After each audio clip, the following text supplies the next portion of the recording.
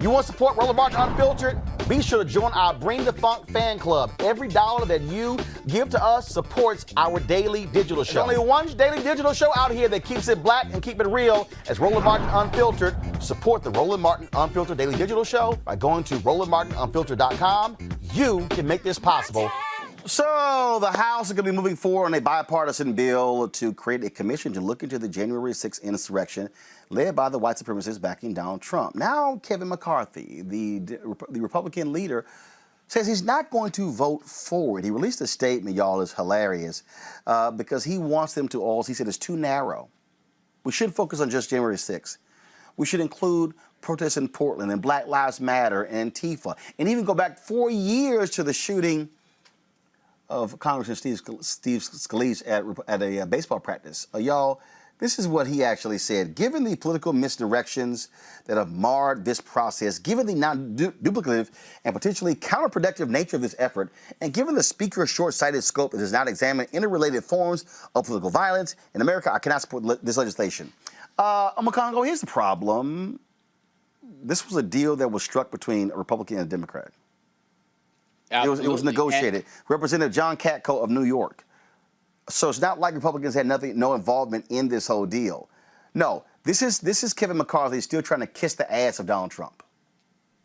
100%. And let's be mindful of the fact that the Democrats made good faith efforts in putting this commission together because Nancy Pelosi originally wanted to have it be all Democrats or majority Democrats, whatever it was in the beginning, and she decided on having this even split. And so they made their attempts to do this. This is completely ridiculous. And Kevin McCarthy is spineless and only interested in trying to maintain power at the feet of Donald Trump so he can become House leader again. And so what we're seeing right now, when he talks out of the other side of his mouth, there is no accountability for anything that happened on January 6th, even though he mentioned earlier that the president shared some blame with this. And we are seeing that these Republicans, whether they're talking about these guys are just tourist visits and just taking pictures and all of that, they are going to engage in every aspect of denial of what these insurrectionist terrorists did on January 6th. And they're going to engage in whataboutism on every other group until there is nothing left. They're going to try to take this to the ground, and we can't let them. It really is interesting how these people, Kelly, have no integrity whatsoever. I mean, they are so hell-bent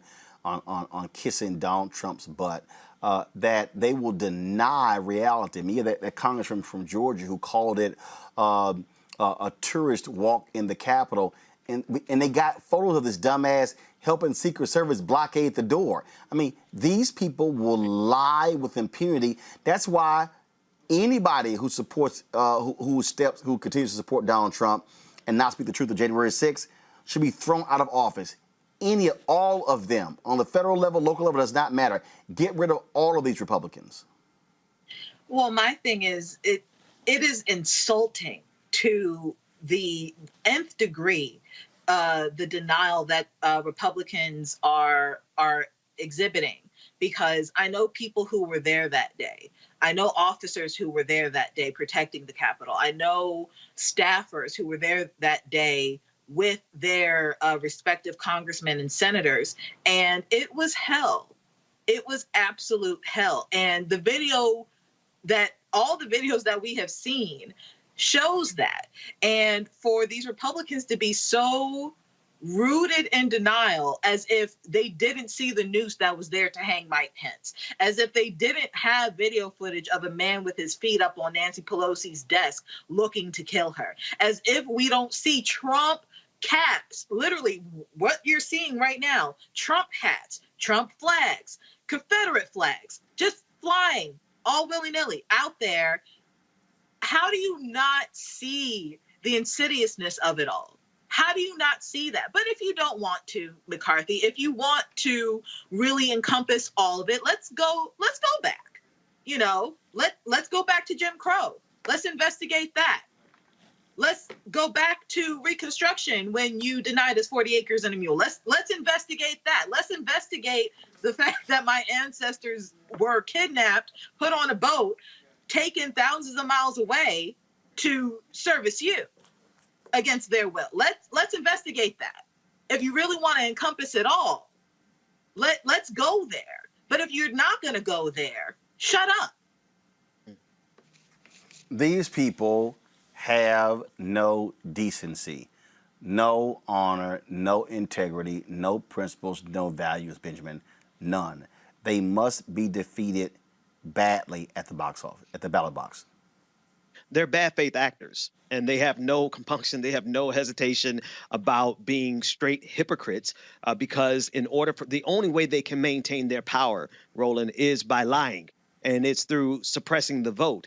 And this is part and parcel of the 70% of Republicans, right? This is not just Kevin McCarthy, even though he is the crown jewel of it right now today. But 70% of Republicans still don't believe that Joe Biden won this election. They believe it was stolen from Donald Trump. And that's why we saw the insurrectionist terrorist attack of January 6th. And so what they want to do is they want their cake and eat it too. They want to be able to overthrow the government with no accountability whatsoever for treason and for insurrection. And so one of the reasons he's afraid, Kevin McCarthy and Republicans are afraid of this bipartisan investigation, is because they know at the end of the day, it's going to lead back to Republicans. It's going to lead back to the GOP. It's going to lead back to Fox News. It's going to lead back to all their friends, because they are all a part of this attempt to overthrow the government simply because they couldn't get their white supremacist way.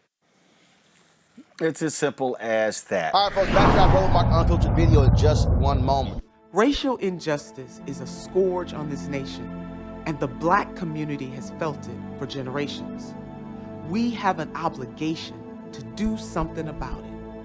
Whether it's canceling student debt, increasing the minimum wage, or investing in Black-owned businesses, the Black community deserves so much better. I'm Nina Turner, and I'm running for Congress to do something about it.